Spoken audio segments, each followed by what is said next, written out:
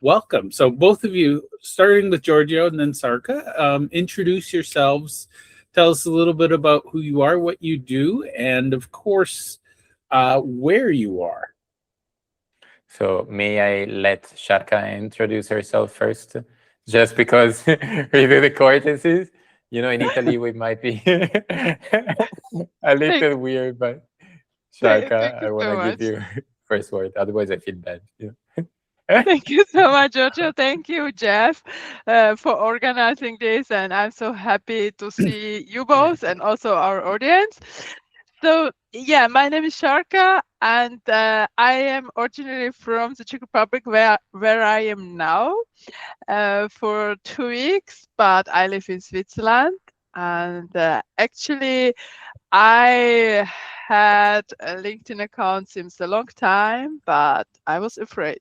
I was afraid to show up. I was afraid that I actually thought I don't have a story.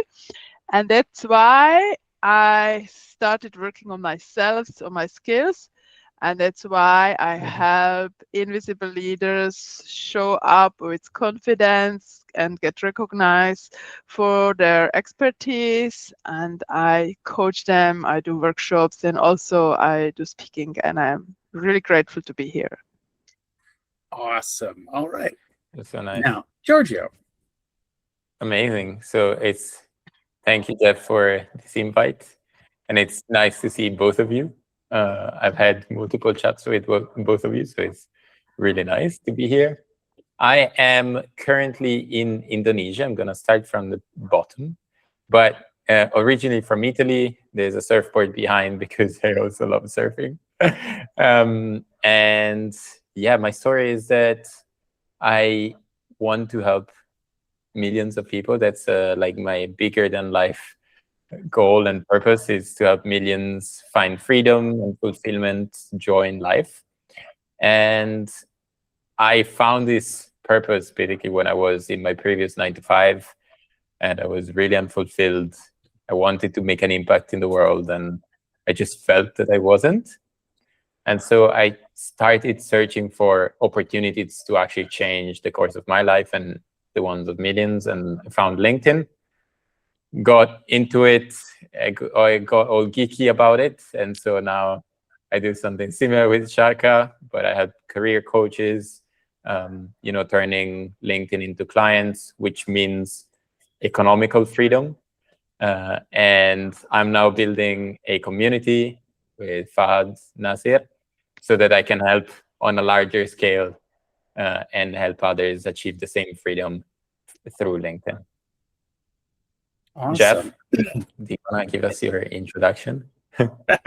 Yes, I will introduce myself. And for anybody who notices, Jeff's a little busy. I'm running the live stream and the conversation. So we're going to have some fun today. My name is Jeff Bourgeois, and I apparently do LinkedIn wrong. And I say that because all the experts tell me you're doing it wrong. I don't care about any of the metrics. I don't care about the algorithm. I care about humans. And so it is fascinating to me that people are always sending me their free advice because they see my posts. And honestly, what people see on the surface of me on LinkedIn is theater for me. It's me entertaining myself, answering questions, helping others. But what people miss is the depth that goes on in the direct messages. And I'm guessing both of you are similar in that way. Yes, you need to have a strategy, but my strategy, I could try to explain it, but it doesn't come across well when you try to make it. But the reality is I connect with good people that I like, and somehow or other we find ways to collaborate and do fun things like this event. So a special shout out here to Mandy Gibbons. I asked her for the most go-giving people she knows, and fairness, I said, and they got to be fun and a little bit quirky, aka weird, and she connected me with Giorgio and Sarka. So thank you for that, Mandy. Yeah, now, Mandy. This is going to be more of a conversation, but if you guys like, I'll ask a few leading questions, and then you can each respond in turn, and we'll look back on an hour and go, where did the time go? Because I feel like this is going to fly by. So first of all, Sarka, you mentioned that you were scared and you felt a little bit invisible when you first joined. And Giorgio, I know you've got a similar story. So what was the moment, Sarka, where you went, oh my God, LinkedIn is the place for me? What was that aha moment like for you? Yeah, that's a good question. So actually, I'm a curious person. So I always was on LinkedIn, but I was a lurker. So I was looking for what people are doing there, but I myself, yeah, I was scared. I didn't believe in myself, and I really didn't know what to do there. I thought, oh my God, all these authorities and CEOs and C-level executives and these inspiring people, what should I tell them, or how should I talk to them? So then actually, yeah, there were like many moments. Perhaps one thing was in 2019 when a thought came to me like, where do you see yourself in 20 years? Actually, as Giorgio, I also realized I wasn't living in with purpose. But at that time, I didn't have time to think. I just changed my suitcase and was traveling. So then 2 years later, a friend of mine who became my mentor, she told me she sees me as an entrepreneur. And I said, no way, no, I can't imagine this. And then I started working with her on myself and also actually on my skills. I already bought for my first LinkedIn course like a year before, but it was just my intuition, my curiosity. But then in 2021, I really started working on copywriting, branding, sales, LinkedIn sales. I was working in sales for 20 years already in marketing, but I have never sold myself. I have never stood for myself. So I really have had to work on that as well. And yeah, actually, this was the moment when I started actually finding my mission and vision and realizing it. And I also found my why when I really started to showing up on LinkedIn confidently and intentionally and with strategy. I love it. How about you, Giorgio? Yeah, it's really nice to hear from Sarka, also because now she's so connected with so many people and she always supports and she's like, oh, I'm so excited for you. And I think I don't think I've ever seen many pictures of Sarka without a smile. Right. When it comes to me, I think it's, I have a weird relationship with social media. So I would say I'm definitely not the largest fan of social media. I'm only active on LinkedIn, to be honest. I even deleted Instagram. So I never expected myself to become to start posting on LinkedIn actively and to, revolve my life around it. But I started because I understood that social media has an incredible power. So it's basically the fastest, simplest, and cheapest way to reach hundreds, if not thousands, in one click. So at any given moment of a day, if you post something, even the stupidest thought that occurs to your mind, you can literally reach hundreds, if not thousands. And so I was like, well, I want to put my message out there. I was coming from this corporate job, and I was like, I'm so done with corporate. It was originally my dream job, and then I saw past, the curtains. I was like, wow, I really don't want to be in a corporate job at all for any more minutes of my life, because it was just like so unfulfilling. I was like, I need to, and I want to help people at the same time. So I was there, I was struggling. I was trying to find a path that would then take me to actually fulfill my purpose, to help others. And then I started reading. I already had an account, but again, just like Sarka, I was a lurker. I was just, updating when I would get a new job, and then when I would get a new position. So maybe once a year or once every 2 years. And then I read more posts and more videos. I was starting to get informed. I knew that I wanted to start a business at this point. And then everyone was talking about LinkedIn and the fact that LinkedIn is such a special platform, the best B2B platform. And so I just, started posting, pushed out my first, I think even AI helped generated post or something like that. And it felt horribly scary. And then from there, I just tried to be consistent, try to work my way up. And yeah, it's been a journey. It's still a journey. I have 20% clue of what I'm doing. But 80% is giving a try, I love that. And for what it's worth, I think figuring out what works for you is the key, because a lot of people say, oh, this is the only way to do it. Well, that's worked for you, but how is it going to work for me? My LinkedIn story is a little bit strange.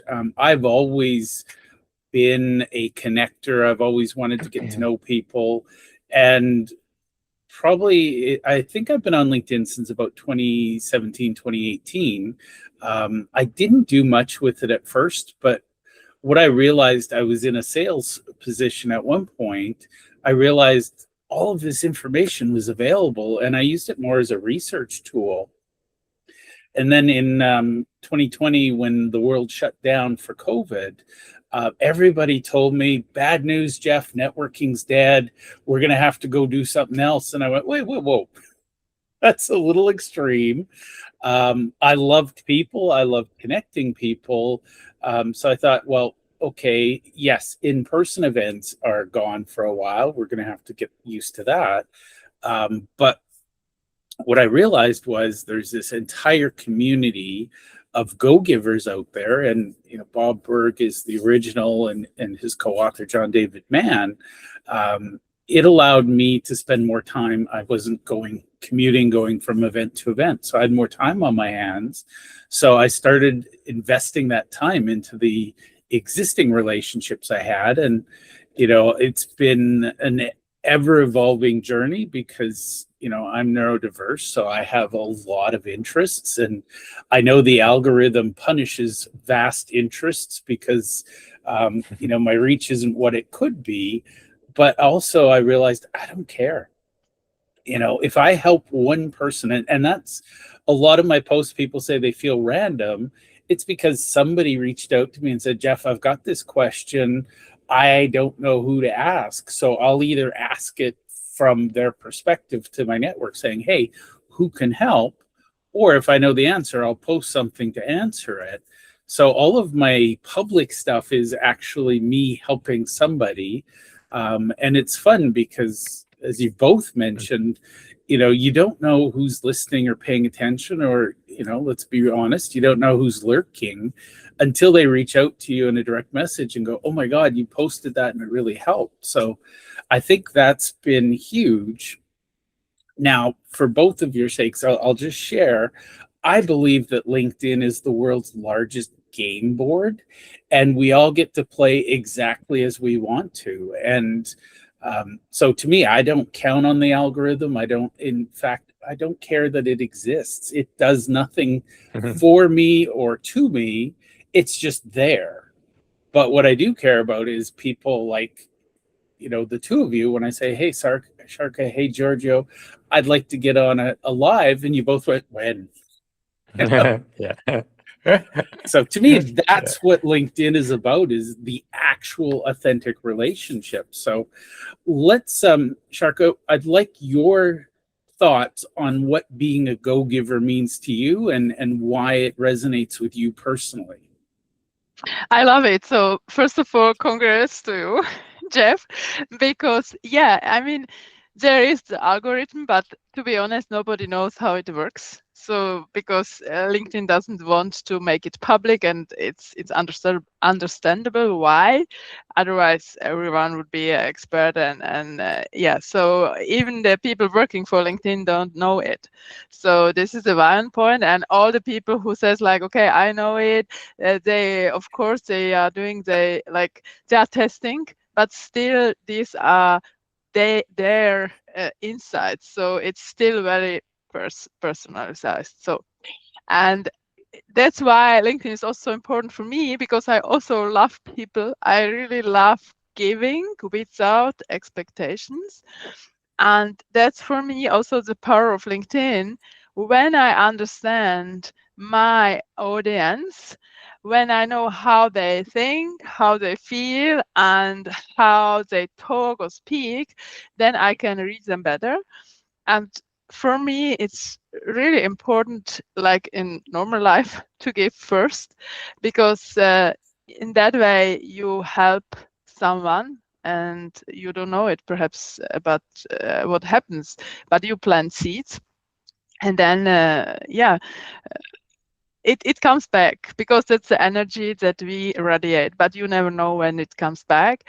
And the same is also if someone is talking negative, it will come back as well. So that's why it's so important for me to really take care of people, get to know them, and like help them, inspire them without any expectations.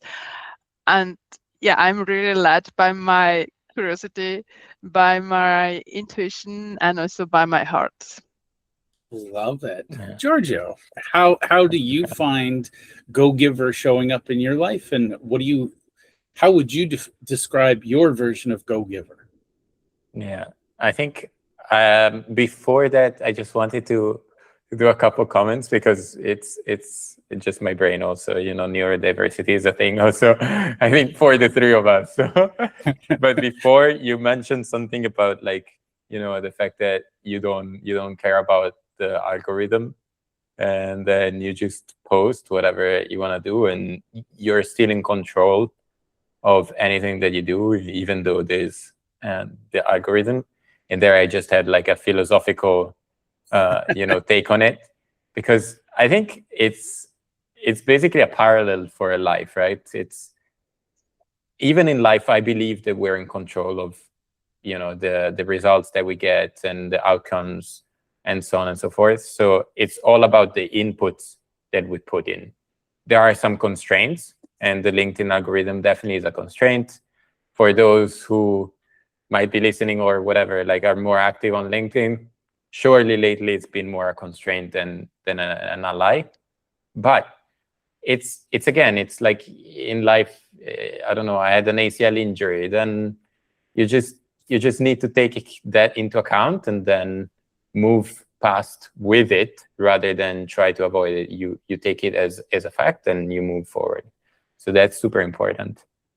And then when it comes to LinkedIn, when it comes to giving, I must say that I sometimes struggle with giving first, right? With giving everything that I can.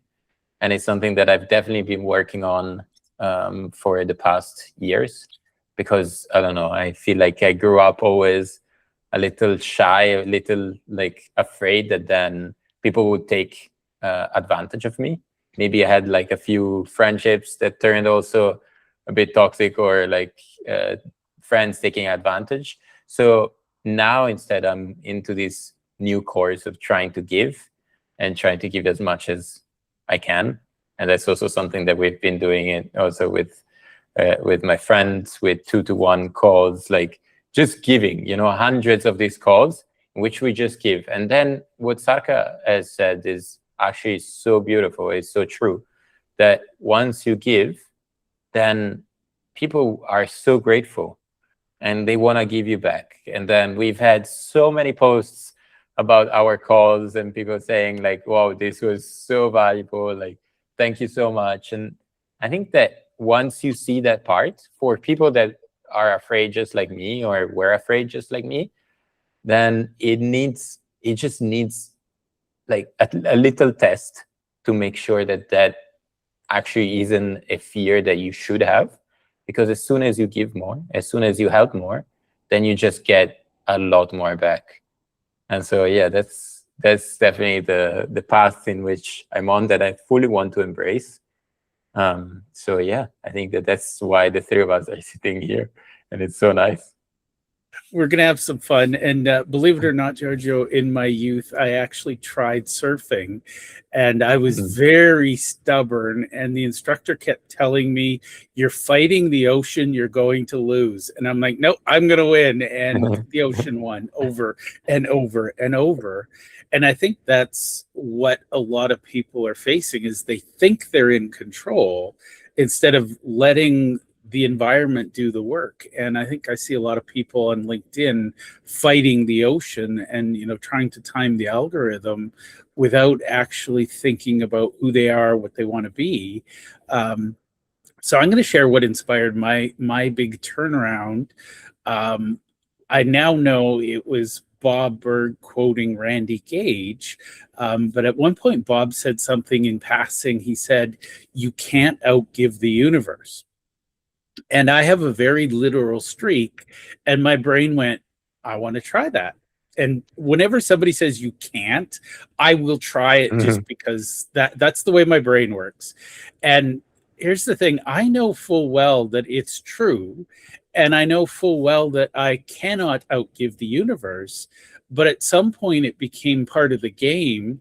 And then I realized that just by playing, I was winning.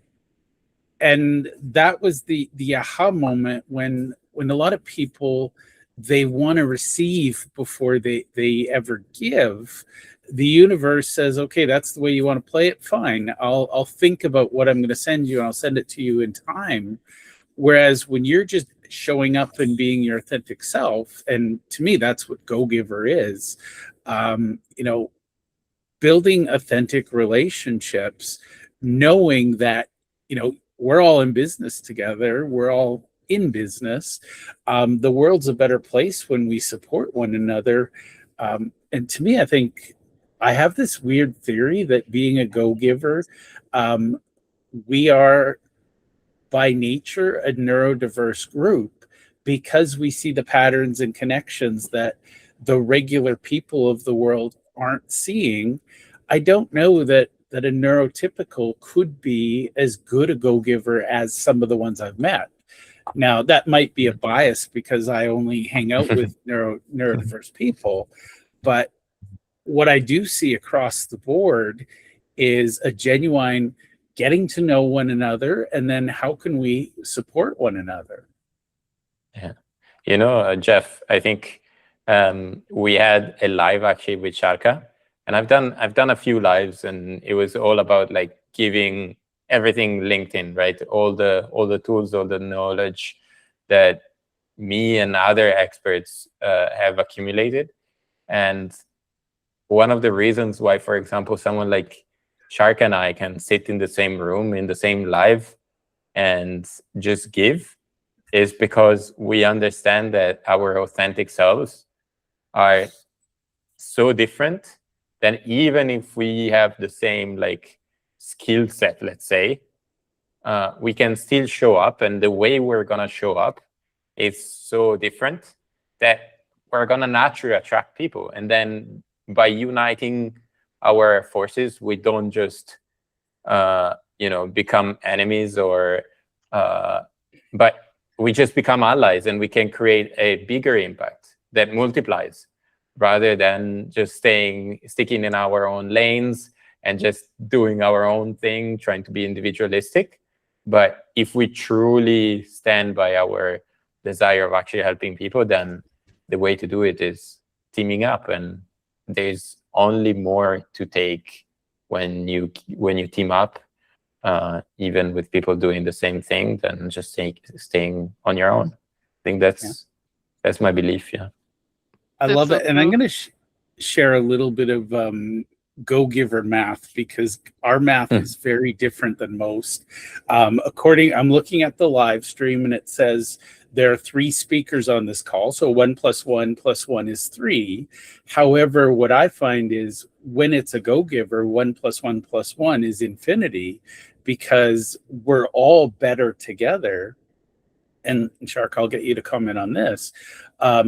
We don't have actual competitors when we focus on being relationship driven and authentically ourselves, because there is no other me on this planet, for better or worse. Some would say mostly for better. There is no one person that's a direct competitor to me. And I would say the same about both of you. You both have very unique styles, personalities, approaches. Yeah, I totally agree. I mean, it's first of all, there are enough clients for everyone, everywhere. If you know how you attract them, you will attract them. And then really together, we can inspire each other and we can benefit from each other and even make this bigger impact, what you were talking about. And this actually all about it is like to help inspire others and to make bigger impact. And if we inspire others to do so, then it's like a spider that is going bigger and bigger and taking with more people, and in that way we can make a better world. Yeah. Go ahead, Giorgio. No, I was saying also, like, for when you said the sentence, like, there's no other me, right? There's no other me in this world. And it's so true. And I think that I always come back to it. This is literally the foundation of a personal brand, right? If you do it well, which is unlikely 99% of the LinkedIn users out there, but if you do it well and you actually create a brand which is built around who you truly are, right? As you genuinely are off camera, off social media, then there's literally, like, you're playing in your own category of one. I like to talk about category 1 personal brands, just because by being yourself, you create your own category.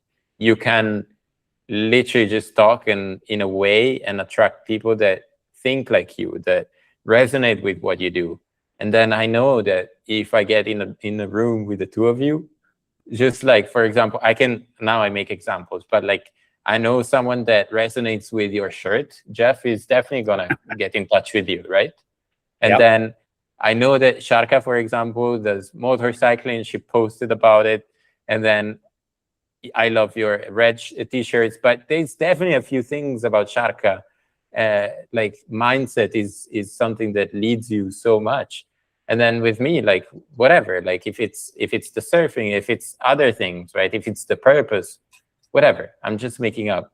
But it's just by talking about who we are that then we create a surface area that people can land on, that can resonate and just really, like, start collecting themselves around us and say, hey, yeah, I resonate with this. But if on the other hand, we never talk about it, we shy away from actually, showing up as who we truly are, then we are doing ourselves a disservice. So yeah, that's exactly how we can stand out on LinkedIn, because there is so much AI posts, there are so much AI comments and also AI generated DMs.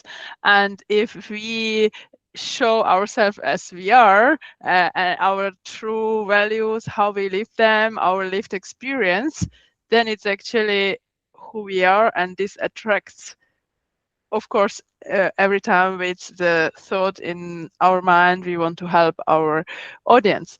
But this is how it works, yes. Yeah, I love it, and I love both of you for sharing. Now, I have this weird observation I want to share, because a friend of mine lives in Hawaii, and for some reason she's embarrassed about highlighting the island. And so she was doing all these video posts from her I'm going to call it a dingy home office, and nothing against the home office, but to get the lighting right, because Hawaiian sun is bright, so she had the blackout curtains, and then she had poor lighting, and nobody cared about her videos. And I said, just go walk on the beach and just randomly share your thoughts. And all of a sudden, everybody's like, give us more of that. And I think part of the journey, and this is going to be a fun one, I used to think the problem was people didn't know who they served, so they tried to serve everyone. But I think the root cause is people don't know who they are. If you don't know who you are, and again, I'm a very literal person, so when Bob Berg talks about being authentic, I was like, as opposed to what? And now I realize, oh, okay, I'm stuck in the literal loop going, I am me, like it or leave it. But a lot of people, and I think neurodiverse people, they've been masking so long that they're uncomfortable sharing who they are. So when you are working with people, how do you help them figure out, first of all, who they are, and then how to figure out who they serve? So Sarka, I'll go start with you and then Giorgio. Yeah, that's an amazing question. And I mean, I'm not neurodiverse, but I experience this as well. And I see it with my clients or with my prospects as well. And for example, today I started the first coaching with my new client, and she had really struggled with positioning. She told me like she can help others, but in her expertise, she has so many things that she's doing, and she knows her focus, but she don't know how to communicate it. And then I sent first a questionnaire that my clients have to think about it, about their vision, mission, purpose, potential clients, and their audience, their challenges as well.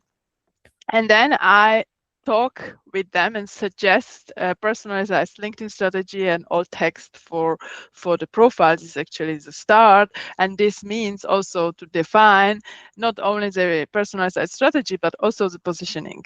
And suddenly I asked her like in the end, how was the first session for her? And then she started to cry. She was like, it's the first time I felt seen. You saw me. I was like, oh my God.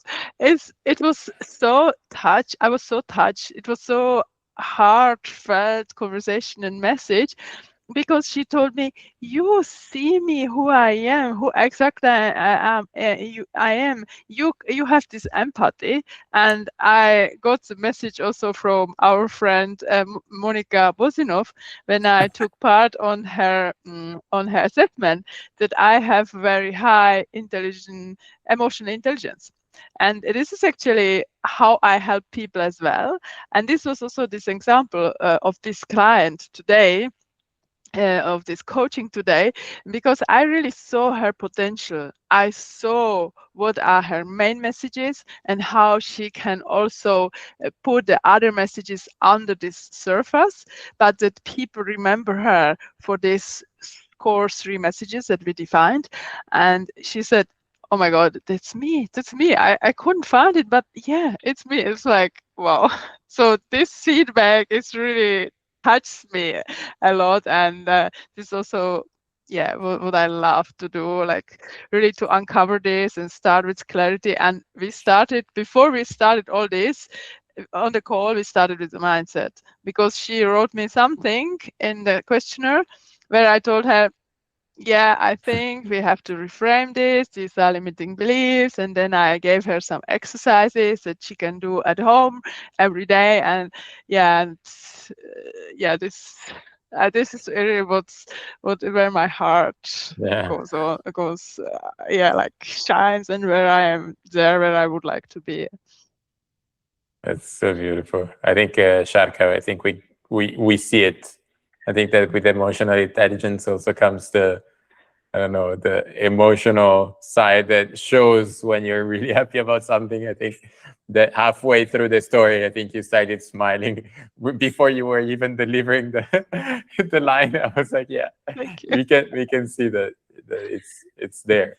But I think that when it comes to like uncovering who you are and like helping others, there's definitely like one part which is empathy, right? You need to pick up the signals.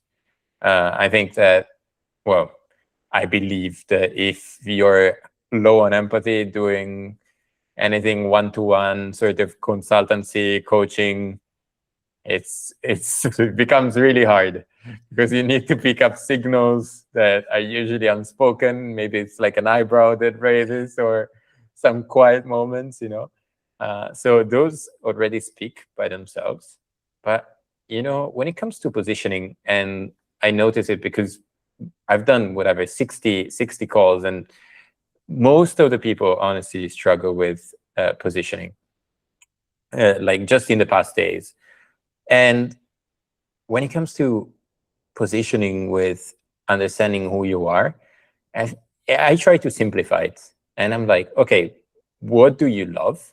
So on a personal side, like, what do you love? What actually are you passionate about? What motivates you?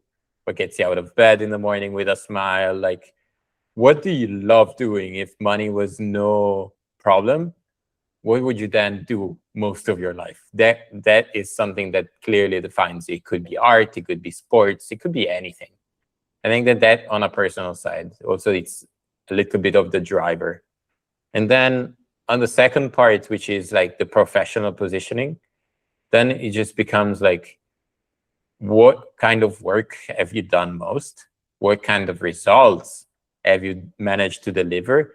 And where did you find yourself shining? And it's a bit of like a Venn diagram in which you put, like what you can do at work, and then what you love, and then you create a positioning that is unique to you. And so, for example, like, yeah, I'm a digital nomad currently in Indonesia who also loves surfing. But then at the same time, I love helping people make money off of LinkedIn, not for the sake of money, but because, yeah, money is freedom. Like, you need to be past a certain level of income so that you can end up every month knowing that you're relaxed about the next and maybe a few more, so that then you can start focusing on the people that you love, what you actually love doing, and then creating also more value for others. You can start giving. Once you already have enough, then you can start giving. But if you're always scratching, the end of the hole, like, you're just, it's difficult then to really like be a go-giver.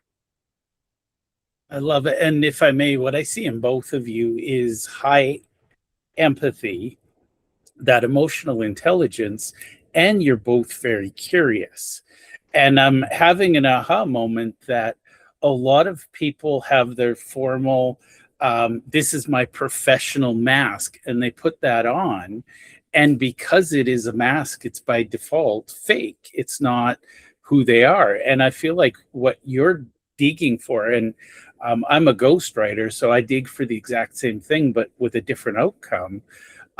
When you find that original, here's who you are, I'm pretty sure there is zero competition for LinkedIn surfer dude. So Giorgio can be that guy. I'm sure there's little competition for the LinkedIn motorcycle queen. So there you go.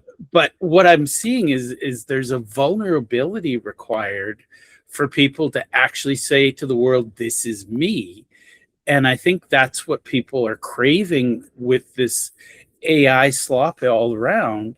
People want to know about real human beings, and it's funny because on my podcast, I make people cry more than I should admit to, because I ask the question and then I'm like, okay, we'll edit that out because they're having a moment with their inner child. But people want that raw, real humanity, not the polished, not this, but that, statements from AI. So I think it is the pattern I'm seeing is that we are all curious and genuinely. I haven't met another human being that I couldn't get interested in them for something that they were deeply proud of. And I think that's what most of especially, I call them the tech bros or the cyber bros. They're like, drop a fire if you want my secrets. And it's like, oh, just go away. You and your secrets aren't that special. Wait, I copied whatever. What is some of the latest posts? Is like I copied 8 billionaires in a cloud, and now I'm giving it away for free. Give me billionaire or comment billionaire. I'm like, brother, what is this? Why? But again, they're serving.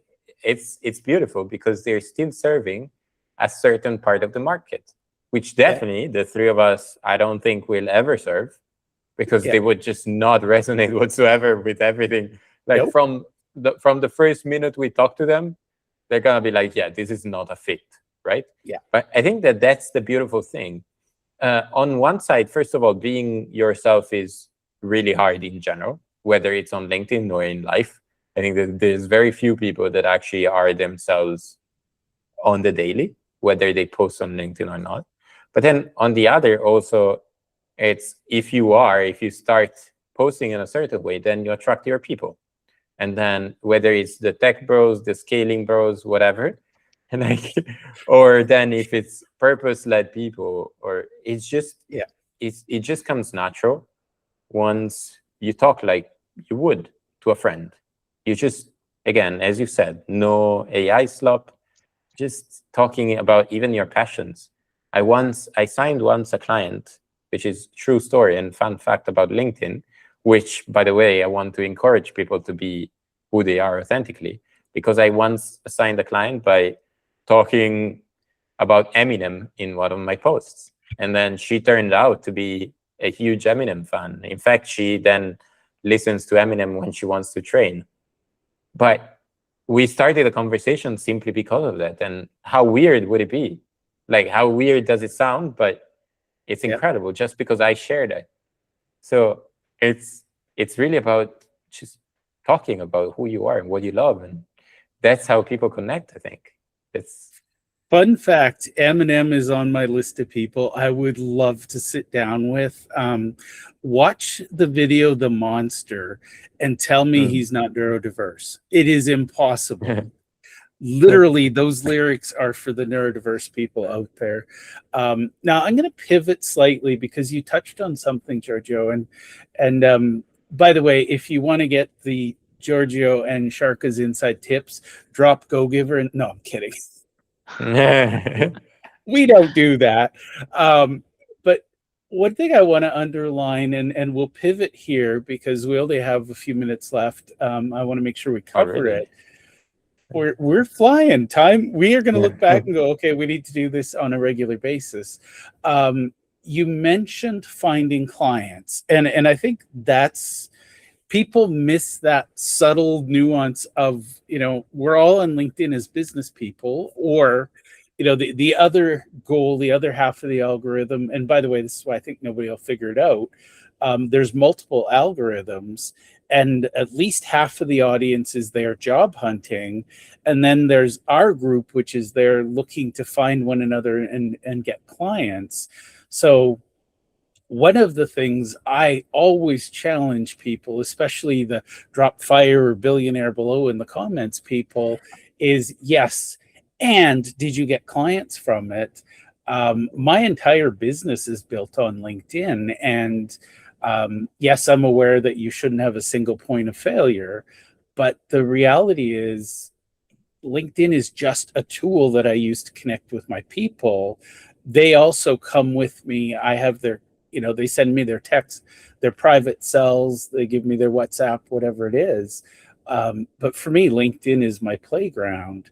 So let's talk about money strategies. I know it might sound a little bit awkward because we've spent time talking about relationships, but one thing Bob Burg talks about is you give more in value than you receive in compensation. So clearly, even the original Go Giver, or especially the original Go Giver, he built this movement as a engine to drive business. So let's share. I'm going to give you a real example. My young son, he's a teenager. He started his own business last week.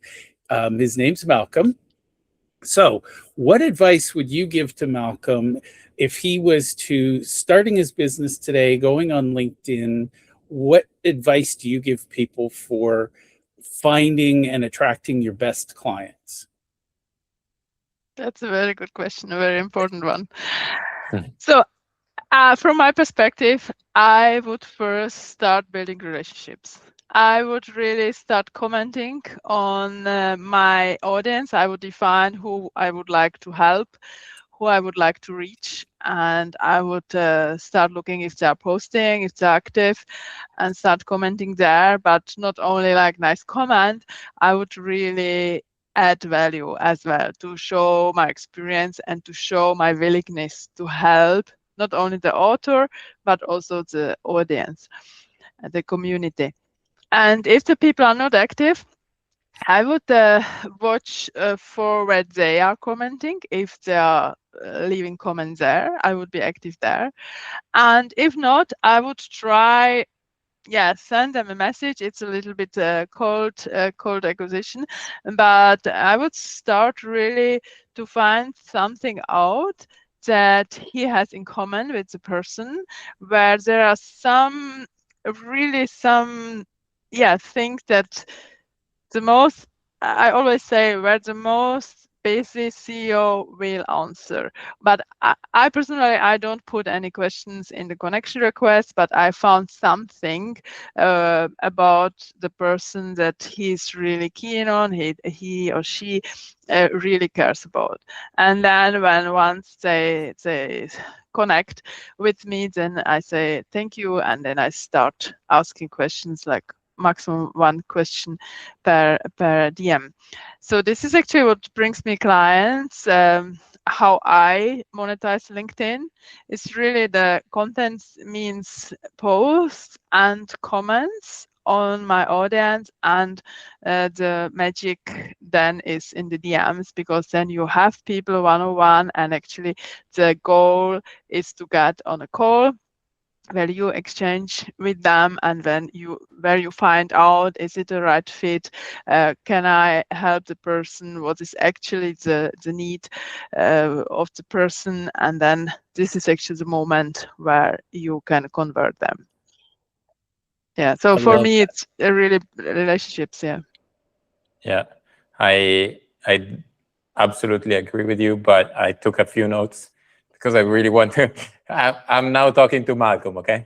So this is my tips to Malcolm. So my first point is, why did he start a business, right? So like, what is his drive? Why would he continue serving if he struggles for months to find the first clients, even if it's much harder than he believes it will be, because it will be much harder than he can expect. So what is the foundational layer of why he wants to start a business? If it's just to make money, too poor to be a why. It's just an outcome that he wants, but it's not hard, like strong enough. Then I would define what he can help people with. And I want this to be very tangible. So it needs to be, for example, it needs to be tied to money or time saved. And it cannot be like growth, driving growth, or like better or stronger, or it needs to be something very tangible. And for example, I could say driving, I don't know, as a ghostwriter, then it would be like driving 2x impressions within 60 days, or driving 4 leads within every month within 90 days that we work together, okay? And then we need to pass at the how. So that's how you're gonna deliver this, right? Because so far we've said like, why are you in business? Then what you're gonna help people achieve. But then you need to make it real. So you need to productize your offer, which means that, again, like you need to talk about those numbers, but you need to break down what you're gonna do, how you're gonna do it in a way that feels so real that from a service, let's say that Malcolm is offering a service, which I expect because it's the cheapest business you can start. And then I would definitely tell him, like, look, you need to create a process, you need to create a framework, you need to do something, that has your own name. And that's also together with the second why, which is basically, why would someone buy from you? And it's the positioning, right? So it's all about owning your own framework, owning your story, owning, like, literally, again, like a personal brand. People need to come and buy from you because it's you selling this service, and not simply for the service. The service itself needs to be so clear that people want it, but then they need to associate the product with the person. Then, yeah, Sarka said it, you need to build relationships, 100%. But I want to add one thing. You need to build relationships built on value. Because just like I think the three of us do, like, you are much more likely, and humans in general are much more likely to answer to a message or to continue a conversation or to buy from you if you've given them already something. So they will feel indebted to you. And so, like, whenever you tell them, like, they're going to be asking in their minds, like, how can I give back to you, right? And then if your offer is good enough, if they actually need it, then they might actually buy it. So build relationships, build value. And the way you do it is definitely comments, like Sarka said, DMs. I love, for example, sending looms. So if, I don't know what kind of service is Malcolm doing? He's going to be building products, and I'll explain that. Yeah. Okay. Educational products. Educational products. So then I would break down a piece of that and see how it applies to the specific ICP, which is the last piece of the puzzle. And then sending, for example, a personalized loom saying, hey, I put this together because I saw, for example, this last post of yours. It looks like you might be struggling with this. So I solved your problem. Here is the answer. So this is how you give first. But again, you need to talk to one ICP. That's the last piece of the puzzle. Once you've defined everything, you pick your niche, which is, again, like, tied also to your positioning. And then, like, you just talk to one person. It cannot be founders, B2B agencies and CEOs. No, it needs to be one. Really, like, one my ICP, and that's it. Favorite niche is coaches, consultants, experts, and professionals. It's like you just labeled everybody. 7 billion and a half of people. I work with everybody with skin. And for the record, I will share this with Malcolm. He does have required reading. He is going to be reading The Go-Giver. We've been doing for months, well, probably years, what I call car coaching, because I intentionally drive my kids to and from school. And in those trips, we talk about business. I used to say, but my teenagers get it. And people are like, yeah, but you also mentor them 24/7. And I went, oh, yeah, right. They're not normal by any stretch, but both of you, great insights. So thank you. And I think I get a lot of cold outreach, and I'm going to share a little rant because I rant. That's what I do. I'm old enough to be able to do that.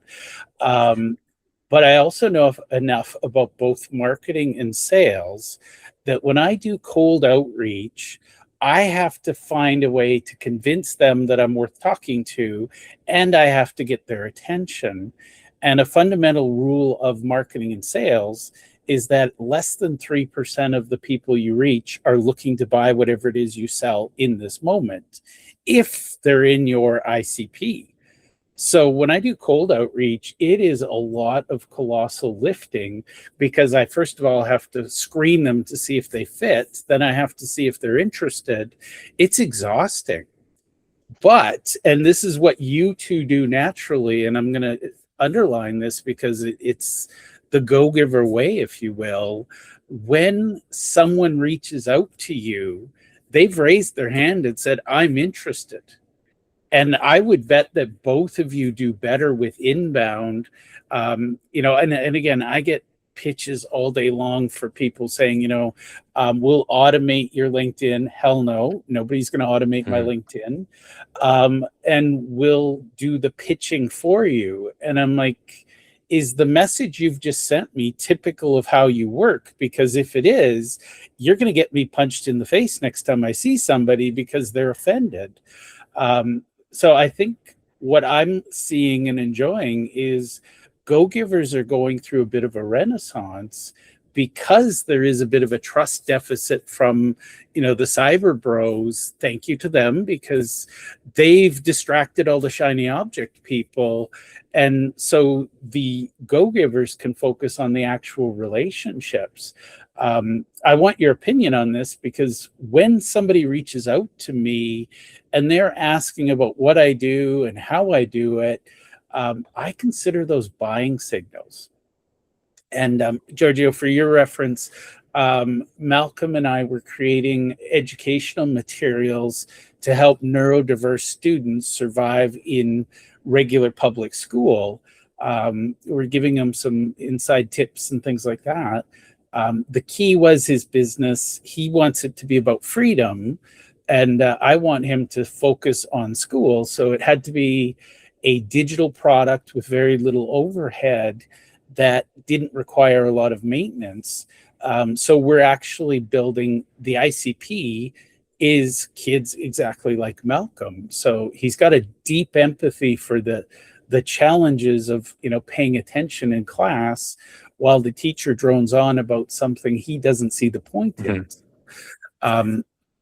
Yes, go ahead. Two things. Sorry, Sarka. I just, I'm trying to hold my horses, but I can't. So, two things. The first, I would just say that unfortunately, the ICP of Malcolm is a generally acclaimed bad ICP because they don't have the money. Unfortunately, I don't know how old Malcolm is, but if it's anywhere in high school, let's say, then they have no money. So they depend on their parents' money. If they're in university, it's probably still depending on their parents' money. So bad ICP, but I appreciate the empathy, and I think there's definitely a potential, but not. Well, for the what price it's cannot worth, be super high. For what it's worth, and yes, we're going to make it affordable for the kids, but it's got to be fun for the kids. But the actual ICP is right here. Yeah, it's because the parents. I would move heaven and earth and walk through hell for my kid. Price is not a concern. It's, will this help him live his best life? And as someone who made it through, multiple levels of education, I will not allow my son to suffer the way I did. I'm helping him build things that'll help his friends and his classmates. But yes, I do agree that aiming something, people are like, oh, I can sell video game tutorials. Nobody's got money for that. Yeah, but when you've got ICP, a parent, so when you've got ICP a parent needs to be the parent, tired of hearing that their kid should pay closer attention, we take that personally. So we'll come to that now. We have time for one more question, and this is probably the most important. I'm guessing some people have made it this far, or some people, we're neurodiverse, so I fully expect they'll watch it at double speed later, or they'll fast forward. Let's talk about, what is your process? How does somebody come to work with you? We'll start with Sarka and then Giorgio. So how does somebody come to work with you, and who is your ideal client? Yeah, very, very important question. First of all, I would still add to the conversation before. So I really recommend you to talk to Angela Marie D'Antonio. You already had her on podcast. I forwarded her to you because she is actually tutoring also neurodiverse children or students, and she has two neurodiverse daughters. And she also works with education institutions to help them with this apart. So my feeling is like this would go fit together. So I think there would be synergy. So this is what I was thinking. And yeah, to your question, so what's my process? And the second part was who's your ICP? Who's my ICP? Yeah. So, and by the way, Sarka, sorry to interrupt, but you just demonstrated what Giorgio was saying from the beginning. We give value and then we ask for something, and it's literally you two can't help it. It's in your DNA. So, thank you for that. And yes, hi Angela. She is amazing. Yeah, she is. Yeah. So I met her in a community where I'm also member of, in the Link Up community from Yasmin, and we already met twice in person, and we will meet in for the third time in August in Sarajevo again. So yeah. But back to the ICP. So my ICP is a little bit broader. So my ICP are actually entrepreneurs and executives who have the mindset, the willingness to invest in themselves, who see the potential in LinkedIn, who are invisible or not so visible because they didn't get any results with LinkedIn, and they want to change it. They really have this desire to change something, to work on themselves, to learn and to implement it. And yeah, I focus on German speaking and English speaking prospects or clients. And I also focus on all industries. I really work with people from more than 50 different industries. So I am not so narrow what a niche means, but actually, yeah, it works for me. And my system, so my method would also featured in Forbes, and my 3-part of this method is actually positioning, connecting, and serving. So I really start with the clarity, with the right positioning, which then applies, or you can see it, or we do it together, that it's on the profile, in the comments, in the posts, because you can see also the positioning in what you are writing, and then also in the DMs. So this is the first part. The second part, connecting. So how you find your ideal clients, but also people from your industry, because you never know. Their network could be also interesting for you, or also finding some inspiring people to really meet, the connect from your heart. And then I teach and train my clients like how they do these emotional connections emotionally first. So I really focus on this, and this is exactly where people start reaching out to them, and where they really start talking about their challenges and so on, where people open up. And yeah, the other thing then is serving, really to help people to have this mindset of helping first, to deliver value in already on profile, but then also in the comments, in the posts, and also in the DMs for the target audience. Awesome. Giorgio, over to you. You can either start with your ICP or what working with you looks like, either one. So actually, for my ICP, my current ICP is career coaches. I was a little broader before. I usually worked with coaches, but then I wanna actually narrow down, because I know what works for me. What I've seen also, that's also one of the recommendations I always give, is like work with a few people, then see who you manage to help best, and then who you manage to help best, I mean, in terms of results, and then like double down on those. So right now it's career coaches. The way I work, honestly, I would rather now talk except about not my one-to-one, but the community, because right now it's like, it's the baby that breaking news, everyone. It's soon to launch. we're trying to get the landing page to be live this week. But yeah, so with Fahad Nasir, which is basically like my brother from another Pakistani mother, we're launching this community. It's all gonna be a implementation heavy LinkedIn community for growth, for monetization. And our goal is, our philosophy is clear. We both don't like corporate. We cannot see smart people being stuck in corporate and thinking that that's the only way for just a stable income, which is not stable anymore anyways. And also, we both strive for freedom, right? We want to be able to be independent when it comes to the financial aspect, time, and location. And we really want to make sure that hundreds, thousands of people do that. So I think that that's also the easiest, simplest way to work with me, with Fahad, because it's the lowest price that we have in every of our offers or tiers, because we both offer like strategy calls for $500. So we try to make it accessible for the more people, let's say the masses. And yeah, it's gonna be, we call them the live do the workshops, because we're gonna teach everything LinkedIn, but also be there live so that they implement it while they are there. And then we're gonna have gamification so that it's fun.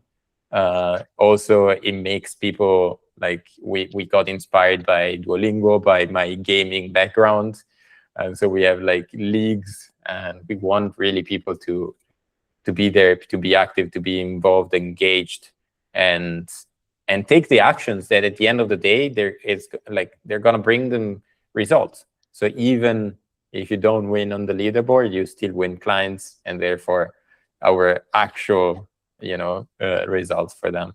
So yeah, that's it. It's gonna come up soon, so I don't have links anywhere, but it's gonna be soon on my profile, so it's gonna be visible.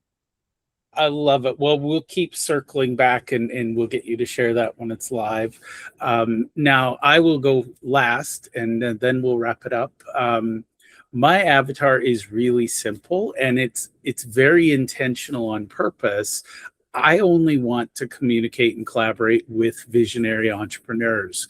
So if you know one, you know one. You two count clearly. We're not looking at the status quo and saying, how do we maintain this? We're breaking things.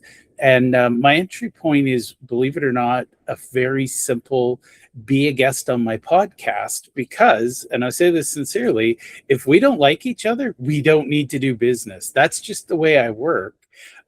If I like you, which you two I adore, we'll find ways to play and collaborate. So to me, that is the heart of it, is those heart-based people. So, and again, it takes a true friend to show up on a, I guess it's Monday evening for you and late Monday night for you, and it's Monday morning.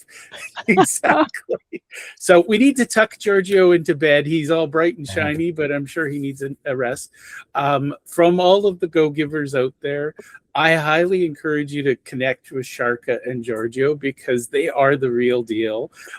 They're fun to talk to. And now that I know who your ICPs are, I want to point out, you both are, quote, LinkedIn experts, and yet you are parallel, not tangent. You don't intersect. So I'm going to encourage my people, and this will be a game I play on LinkedIn.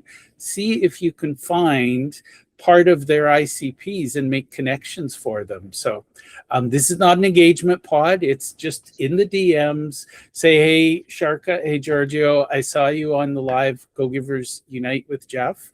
I think you need to meet this person. Here's why. So that's the challenge. Final thoughts from Sarka and then Giorgio.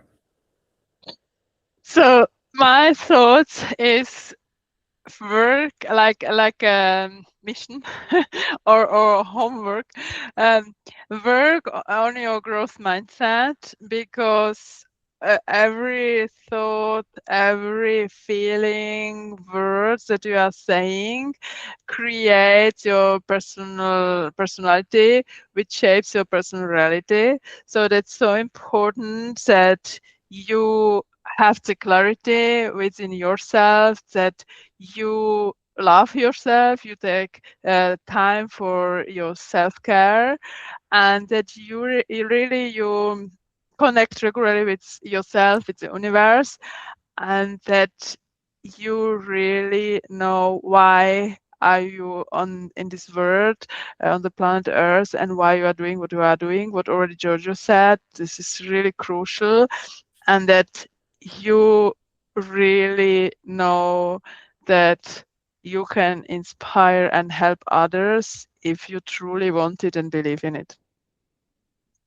Yeah, Love it. that's Giorgio, beautiful. you get the last word, my friend.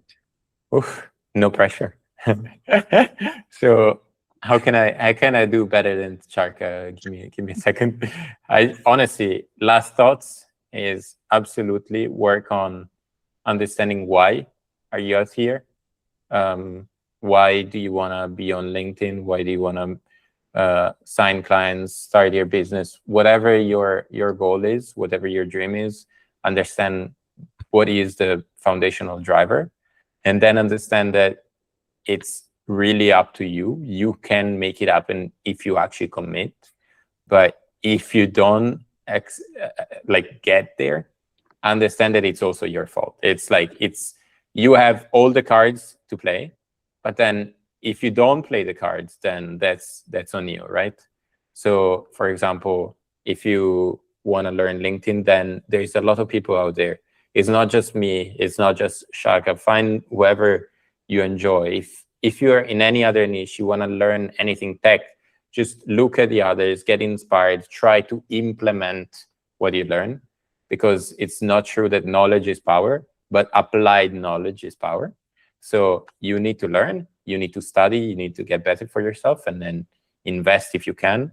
Otherwise, take all the free material, implement it, and then you're going to get there. It's just a matter of taking action. Awesome. Well, I want to thank you both for being live with me today, and I truly appreciate you. Thank you so much, Jeff, for making this happen. Thank you, Sarka. Thank you. I love the vibes. Thank you so much. Right. And we are out. Hold on a second. Let me just make sure everything did what it's supposed to do. Okay. There we go. How was that for the two of you? Amazing. Nice. I love